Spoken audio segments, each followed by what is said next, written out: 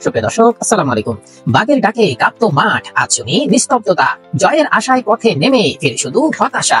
জিম্বাবুয়ের ছোটলে এবার ভাঙলো গর্বের পাহাড়। বাংলার ক্রিকেট আজ বুঝি হারালো গৌরবের অহংকার।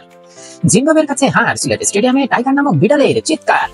বাংলাদেশ ক্রিকেট দল আবারও প্রমাণ করলো ক্রিকেট শুধু খেলা নয়, এটা রীতিমতো ধৈর্যের পরীক্ষা। আর সেই পরীক্ষায় তারা এমন ভাবে ফেল করলো যেন প্রশ্নপত্রে নামের বানান লেখো বলা থাকলেও সরি ভুলে গেছি লিখে দিয়ে এসেছে।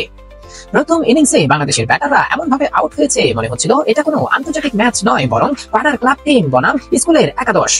বাউন্ডারির বদলে এক্সকিউজ মি আর সিঁড়ি দিয়ে নামার মতো ব্যাটিং করছিল সবাই। দ্বিতীয় ইনিংসে একটু ভরসা জাগিয়েছিলেন শান্ত, মমিনুল আর জাকির আলী, কিন্তু বাকিরা যেন এসেছিলেন শুধু স্টেডিয়ামের ঘাস দেখার জন্য। কেউ 5 মিনিট, কেউ 3 মিনিট, এত তাড়াতাড়ি ফিরে গেলেন ক্যামেরাম্যান পর্যন্ত ঠিকমতো ফোকাস করতে পারেননি।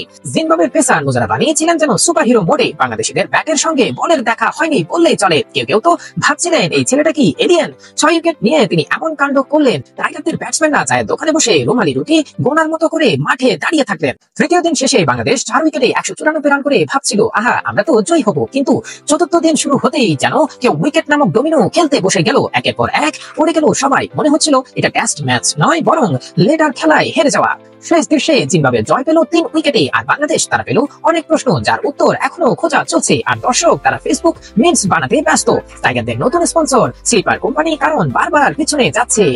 পরিশেষে বলা যায় এটা ম্যাচ হারের গল্প না, এটা এক ব্যাট বল নাটক, যেখানে নাটক ছিল, থ্রিল ছিল, আর ছিল কোথা থেকে এলো এই জিম্বাবুয়ে টাইপ বিষয়। পরবর্তী টেস্ট কি হবে কে জানে, তবে একটাই কথা, দয়া করে টাইগারদের বাঘ বলবেন না, ওরা একটু বিশ্রামে আছে, ঘুমোচ্ছে আর হাই তুলছে।